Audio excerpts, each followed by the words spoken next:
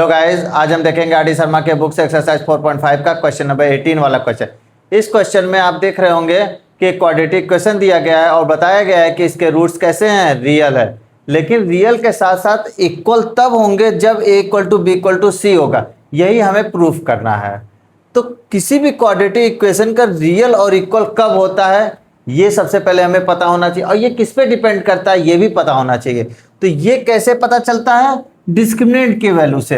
Discriminant की value अगर greater than 0 है और डिस्क्रिमिनेंट की वैल्यू इक्वल टू 0 होगी और डिस्क्रिमिनेंट की वैल्यू लेस देन 0 है। ये तीन केस आते हैं डिस्क्रिमिनेंट का। डिस्क्रिमिनेंट का फॉर्मूला क्या होता है? B square minus 4ac।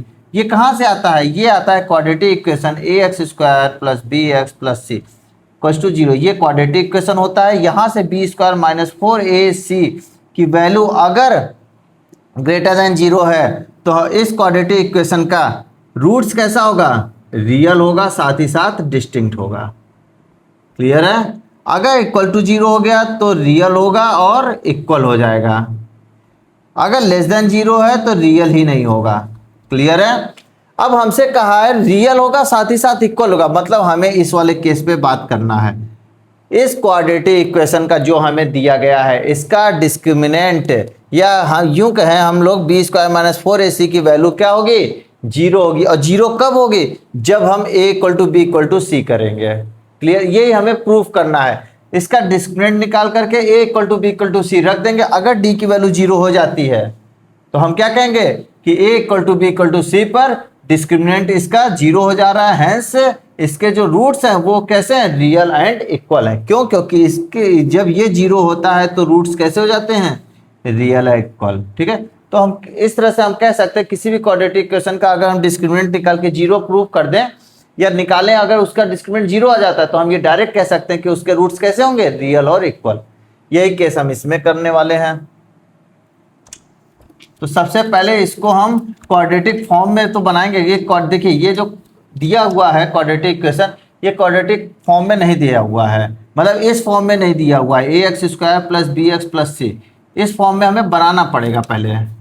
ठीक है, तो क्वेश्चन क्या है? X minus A X minus B plus का X minus B X minus C plus का X minus C X minus A plus two 0 दिया है। ओपन करेंगे तो X square minus A X minus B X plus का A B plus X square minus C X minus B X plus का B C plus X square minus A X minus C X plus का ए सी equals to 0। एक बार हमने x को उठाया, दोनों से multiply किया, फिर a को उठाया, दोनों से मल्टीप्लाई किया। क्लियर है?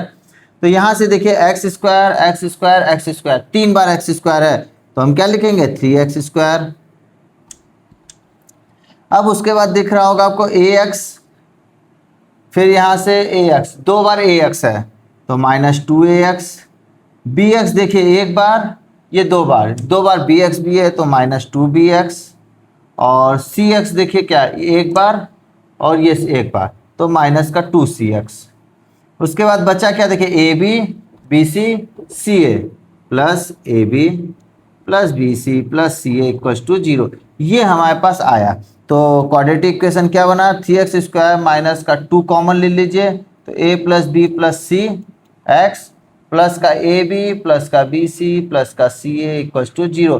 अब यहाँ से हमें ए बी सी की वैल्यू निकालनी है। A X square plus B X plus C equals to 0 से कंपेयर कराएंगे तो a की वैल्यू निकल के आएगी 3, b की वैल्यू निकल के आएगी minus 2, a plus B plus C and c की वैल्यू निकल के आएगी A B plus B C plus C A. ये हम क्यों ले रहे हैं? क्योंकि हमें डिस्क्रिमिनेंट निकालना है। डिस्क्रिमिनेंट का फॉर्मूला ही होता है, क्या होता है? बी स्क्वायर माइनस में 4ac।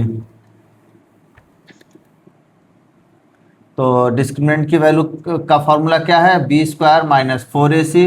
यहाँ हमें वैल्यू पुट करनी पड़ेगी। b की वैल्यू क्या है? माइनस का 2a प्लस बी प्लस में c whole square minus 4 into A क्या है? 3 इंटू सी क्या है? A B plus B C plus C A. अब यहाँ से हम ओपन करेंगे तो 2 2 जा 4 A square plus B square plus C square, ये फॉर्मूला आपको याद होना चाहिए, A plus B plus C का whole square, A square plus B square plus C square plus 2ab plus 2bc plus 2ca।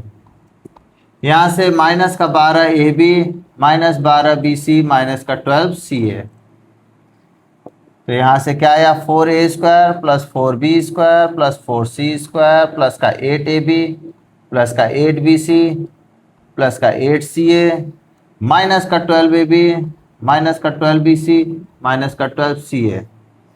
यहाँ से क्या आया 4a square plus 4b square plus 4c square. अब देखिए ab, यहाँ से ab, तो क्या बचा माइनस का 4ab माइनस का 4bc माइनस का 4ca।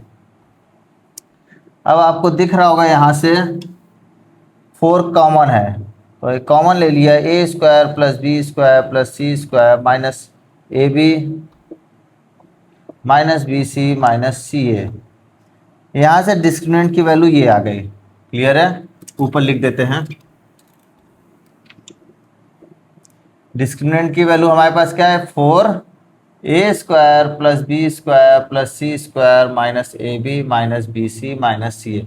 अब हमसे कह रहा है कि यह इक्वल तब होगा जब a equal to B equal to C होगा, तो हम वैल्यू पुट कर देते हैं, डायरेक्ट देख लेते हैं equal to B equal to C पे डिस्क्रिमिनेंट की वैल्यू अगर 0 आ गई तो इक्वल होगा। क्यों? क्योंकि इक्वल होने पे डिस्क्रिमिनेंट की वैल्यू क्या हो जाती है 0 हो जाती है। तो यहाँ पे हम लिखेंगे कि गिवन दिया हुआ है a equal to B equal to C, तो यहाँ से सब में हम a पुट कर देते हैं, तो d की वैल्यू 4a स्क्वायर प्लस का a स्क्वायर प्लस का a स्क्वायर माइनस का a into A square, a into A square, और c की वैल्यू की जगह a रखेंगे तो a into A square.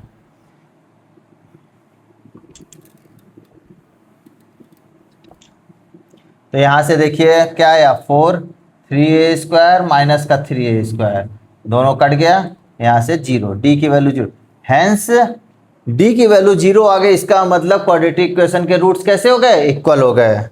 Hence roots are